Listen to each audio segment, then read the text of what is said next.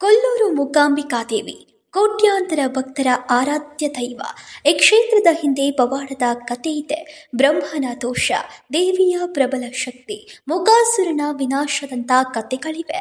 ಶ್ರೀಮಂತ ಇತಿಹಾಸವನ್ನ ಹೊಂದಿರೋ ಕೊಲ್ಲೂರು ಮೂಕಾಂಬಿಕಾ ದೇವಸ್ಥಾನ ಉಡುಪಿ ಜಿಲ್ಲೆಯ ಕೊಲ್ಲೂರಿನಲ್ಲಿದೆ. ಶತಮಾನಗಳ ಹಿಂದಿನದು ಮತ್ತು ಪಾರ್ವತಿಯ ಅವತಾರವಾದ ಮೂಕಾಂಬಿಕಾ ದೇವಿಗೆ ಸಮರ್ಪಿತವಾಗಿದೆ.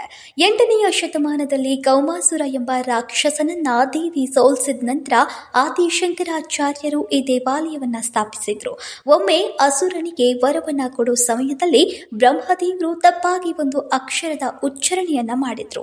ಆ ಬ್ರಹ್ಮನ ಒಂದು ದೋಷವನ್ನ ಪರಿಹರಿಸೋಕೆ ಪಾರ್ವತಿ ಮಾತೆಯನ್ನ ದೇವರುಗಳು ಕೋರಿದ್ರು. ಬಳಿಕ ಜಗನ್ಮಾತೆಯಿಂದ ಮೂಕಾಸುರನ ಸಂಹಾರವಾಯಿತು.